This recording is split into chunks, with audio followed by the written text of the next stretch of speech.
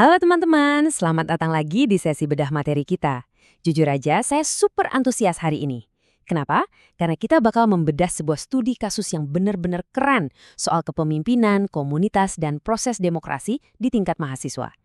Kita akan membahas secara mendalam tentang musyawarah besar atau MUBES keempat dari Ikatan Pelajar Mahasiswa Gome atau yang biasa disingkat IPMG. Acara ini diselenggarakan di Asrama Gome, Jayapura pada awal Mei 2026. Nah, buat kalian yang senang melihat bagaimana sebuah komunitas menjaga tradisinya sambil terus merangkul masa depan dengan sangat terstruktur, materi hari ini bakal berharga banget. Kita akan lihat langsung bagaimana sebuah regenerasi itu ternyata bukan sekedar ganti nama pengurus di atas kertas, tapi sebuah model solidaritas yang sangat-sangat kuat.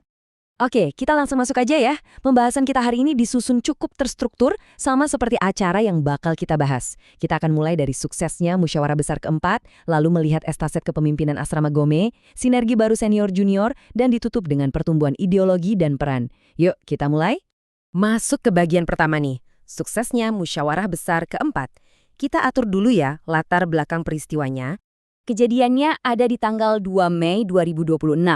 Nah, kalau kalian perhatikan lini masanya, ini kerasa banget ritme yang sangat energik dan bergerak cepat dari pagi sampai larut malam.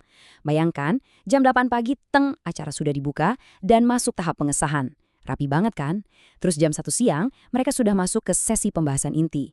Yang bikin salut nih, nyaris tidak ada drama atau hambatan yang berarti sepanjang hari. Lancar jaya. Jam 9 malam sudah masuk tahap penetapan, dan akhirnya di jam setengah 12 malam, semuanya ditutup dengan sesi penyegaran atau refreshing bareng.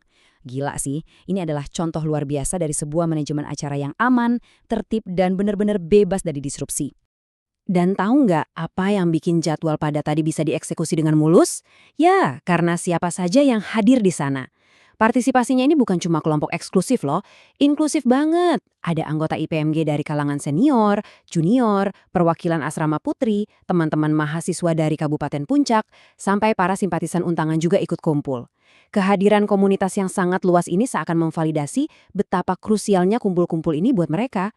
Ini bukan sekedar rapat asrama biasa ya, ini adalah sebuah peristiwa sentral bagi komunitas mahasiswa Gome di Jayapura. Hal ini membawa kita ke bagian kedua, yaitu inti dari acaranya, estafet kepemimpinan Asrama Gome. Dan momen ini mengilustrasikan dengan brilian banget tentang bagaimana sih transisi yang sehat itu seharusnya berjalan. Di satu sisi, kita melihat Norbertus Magai, sang pemimpin yang demisioner.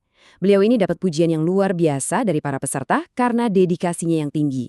Laporan pertanggungjawabannya atau LPJ-nya itu dianggap sangat jelas dan terstruktur. Bisa dibilang jadi standar emas lah buat kedepannya. Terus di sisi lain ada Terdius Tabuni, ketua yang baru terpilih. Nah, Terdius ini sekarang memikul mandat yang baru, menerima obor estafet kepemimpinan dengan fondasi transparansi yang sudah ditinggalkan sama Norbertus. Jadi ada penutupan yang sukses berpadu dengan awal yang benar-benar segar. Pastinya Terdius nggak disuruh kerja sendirian dong. Ini dia formasi tim pengurus baru yang sudah disahkan.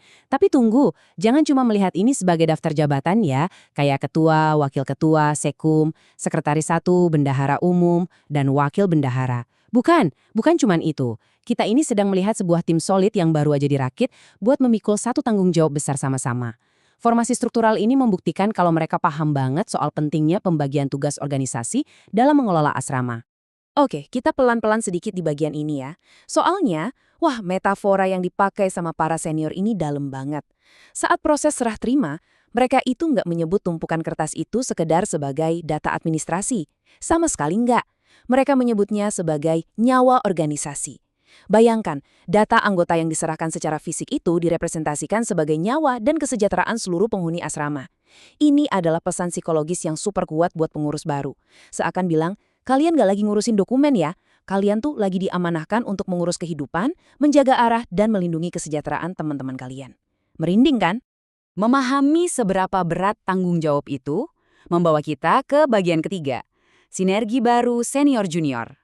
Ini nih, inti emosional dari pembahasan kita hari ini. Dinamika antara berbagai generasi di MUBES ini jujur aja menarik banget untuk dibedah. Suasananya benar-benar dipenuhi dengan ekspresi mahasiswa yang meledak-ledak dan bersemangat. Menggali materi sumbernya, kita menemukan kalau luangan tersebut sangat diwarnai oleh seruan-seruan aktivisme regional, termasuk seruan seperti Papua Merdeka yang sempat bergema.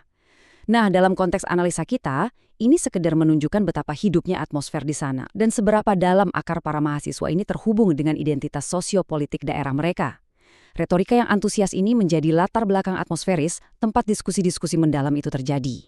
Nah, hal yang sungguh bikin takjub dari momen refleksi diri ini adalah para senior secara terbuka mengambil inisiatif untuk minta maaf kepada para junior di tengah euforia tersebut.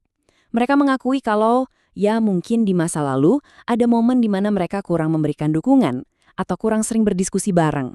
Makanya, kutipan ini, duduk sama-sama, berdiri sama-sama, ada masalah duduk sama-sama, satu hati satu kata, ini bukanlah sekedar pepatah estetik aja. Ini adalah janji, sebuah komitmen dan permohonan yang tulus banget untuk membangun masa depan yang saling mendukung, harmonis, dan bersatu antar angkatan. Dan hebatnya, komitmen untuk bersatu itu langsung dipraktekkan detik itu juga setelah acara resminya selesai. Coba perhatikan langkah-langkah kultural penutup acara ini. Habis ketegangan pemilihan usai, mereka langsung ngadain sumbang berkat. Habis itu, lanjut ngopi bareng, makan pinang bareng, yang mana kita tahu ini adalah tradisi komunal yang sangat lekat dengan persaudaraan di tanah Papua. Aktivitas-aktivitas organik ini mengalir dengan riang gembira di halaman asrama sampai mereka akhirnya istirahat sekitar jam 11 atau 12 malam. Proses cool down kultural inilah yang merekatkan kembali ikatan mereka, mengubah tensi politik kampus tadi menjadi solidaritas persaudaraan yang sejati.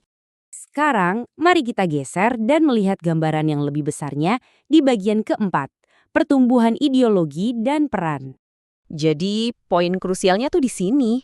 Apa sih makna dari semua ini? Para perumus dan senior dengan tegas menyimpulkan bahwa MUBES ini adalah bukti nyata dari kedewasaan berpikir para mahasiswa. Ada 3 penanda utama pertumbuhan ideologi dan kecerdasan organisasional yang diidentifikasi dari sumber kita. Pertama, proses sidangnya tertib banget, tenang, dan terstruktur. Kedua, standar akuntabilitasnya sangat tinggi, kebukti dari LPJ yang dipuji habis-habisan tadi. Dan yang ketiga, yang dapat apresiasi khusus dari perwakilan senior, yaitu kehadiran dan partisipasi aktif yang luar biasa dari para mahasiswi alias mahasiswa perempuan. Ketiga elemen ini menjadi indikator kuat kalau pemikiran dan ideologi teman-teman mahasiswa Gome ini sudah bertumbuh jauh ke arah yang lebih progresif dan inklusif. Ini membawa kita pada pemikiran penutup yang bikin penasaran dari materi yang luar biasa ini.